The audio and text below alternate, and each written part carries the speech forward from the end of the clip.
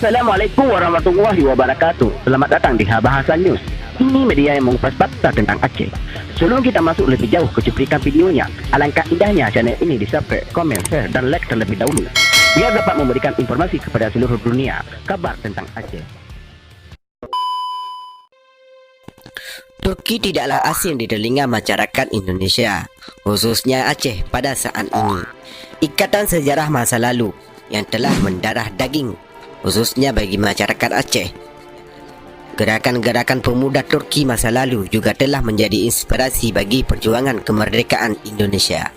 Hubungan Aceh dan Turki Utsmani pada masa lalu sangatlah erat. Hubungan ini bisa dikatakan seperti hubungan adik dan kakak. Beberapa sumber, baik yang berasal dari hikayat-hikayat Aceh seperti Hikayat Sultan Aceh Marhum dan juga tulisan Nuruddin Araraniri, yakni Bustanul Salatin, menunjukkan bahawa kerajaan Turki Utsmani dahulu telah membantu kerajaan Aceh dalam memerangi bangsa Portugis. Dalam hikayat Sultan Aceh Marhum dikisahkan tentang kemurahan hati Sultan Kerajaan Turki Utsmani yang mengirimkan ahli-ahlinya untuk mengajarkan seni berperang, membangun kerajaan Aceh, juga menghadiahkan beberapa meriam sebagai alat bantu perang yang terkenal dengan nama meriam Lada Si Cupak.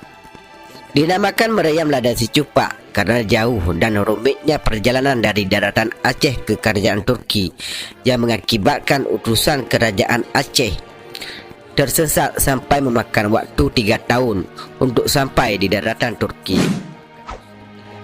Mereka terpaksa menjual padi, beras, dan lada hadiah untuk Raja Turki, yang masing-masing barang tersebut dimuat dalam 3 kapal layar demi bertahan hidup.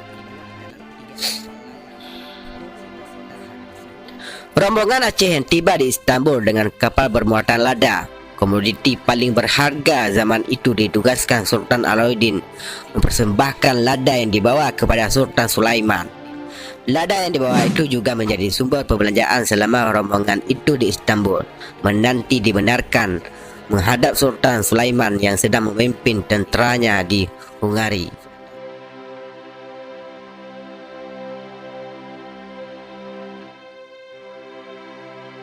Hanya tinggal lada sebanyak setengah bambu yang bisa dipersembahkan kepada Raja Turki Utsmani. Selain itu, pada hikayat Aceh dikisahkan juga tentang kunjungan utusan kerajaan Turki ke Aceh untuk mencari obat bagi Raja Turki yang sedang mengidap suatu penyakit. Setelah mendapatkan obat yang dicari, maka pulanglah utusan tersebut dari Aceh dan dilaporkanlah kepada Sultan Turki Utsmani tentang kemegahan kerajaan Aceh. Sultan pun mengatakan pada wazirnya, pada masa lampau di bumi atas kehendak Allah terdapat 2 raja besar, yaitu Nabi Sulaiman dan Raja Iskandar Zulkarnain. Maka pada zaman sekarang atas kehendak Allah terdapat 2 raja yang amat besar, kita di barat dan Sri Sultan Perkasa Alam Raja di timur. Namun berdasarkan sumber yang lebih terpercaya sebagaimana ditulis oleh Muhammad Said dalam Aceh Sepanjang Abad, dari Turki ke Aceh terjadi ketika Sultan Alauddin Rakyat Shah Al-Kahar berkuasa di Aceh. Apabila kita membaca sumber yang ditulis sejarawan asing, baik dari Turki ataupun negara lain, disebutkan bahawa hubungan kerajaan Aceh dan Turki telah terjalin sepanjang abad ke-16 sampai awal abad ke-17. Kerajaan Aceh menjalin hubungan dengan Turki semenjak Turki Utsmani berada di bawah kekuasaan Sultan Selim I, kemudian berganti Sultan Sulaiman I sampai masa Sultan Selim II. Bahkan berlanjut lagi pada abad ke-19 ketika kekuasaan di tangan Sultan Abdul Majid II. Sumber Turki Ismail Haqqi Gussu menyebutkan Sultan Alauddin Rakyat Shah Al-Kahar mengirim surat kepada Sultan Sulaiman melalui Duta Besar Husin bertanggal 7 Januari 1566 Masehi dengan tujuan meminta bantuan militer untuk memerangi pasukan Portugis.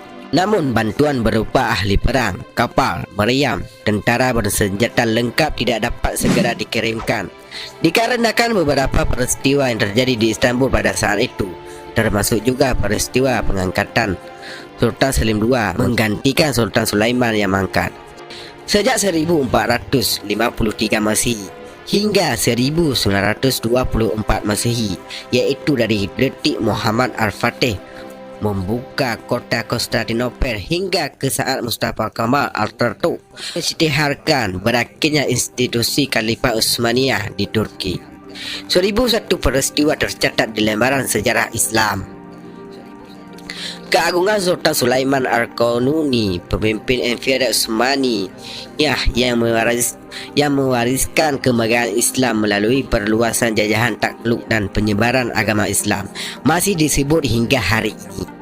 Mungkin kejayaan itulah yang menjalin inspirasi kepada Sultan Aceh, Sultan Alauddin Riyad Shah Al-Kahal, hingga merangsang beliau hantar wakil diplomatik ke Istanbul.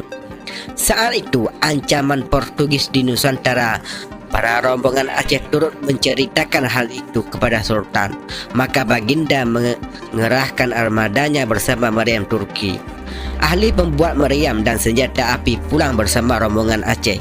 Pelabuhan Malaka bersejarah adalah kota rebutan di Selat Melaka yang menyaksikan kehadiran 3 kuasa Eropah sejak 1511 Masehi, berpunca pada perdagangan rempah yang dikuasai pedagang Islam yang berulang-alik antara dunia timur dan barat. Selama keberadaannya di Aceh, utusan yang dikirim dari kerajaan Turki telah banyak memberikan kontribusi dan pengaruh besar terhadap kerajaan Aceh.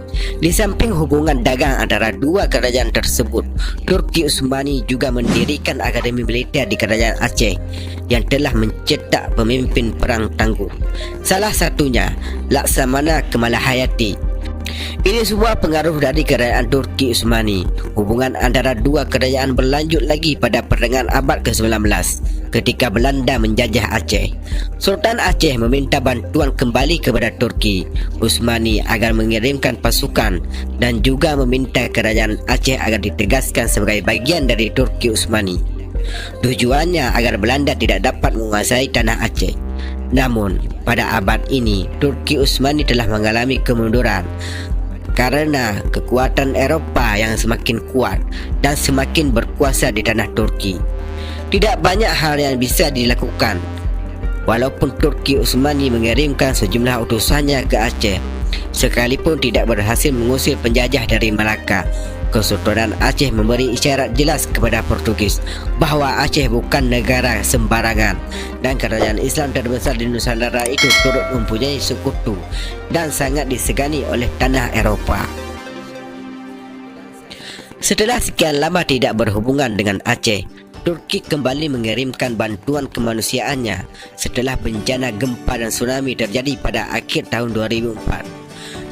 Tidak hanya berhenti pada saat itu, Turki terus melanjutkan bantuannya dengan mendirikan sekolah parti dan juga memberikan bantuan berupa beasiswa bagi pemuda-pemudi Aceh yang ingin melanjutkan pendidikan S1, S2 dan S3 ke Turki. Setiap tahunnya, sejak tahun 2007, jumlah masyarakat Aceh studi di Turki semakin bertambah, khususnya pada tingkat serata 1 dengan bidang ilmu yang bervariasi seperti teknik, kedokteran, politik, komputer, hingga sejarah. Semoga saja persahabatan dua negara Muslim ini akan mengulangi kejayaan Islam seperti abad keemasan Islam pada masa lalu.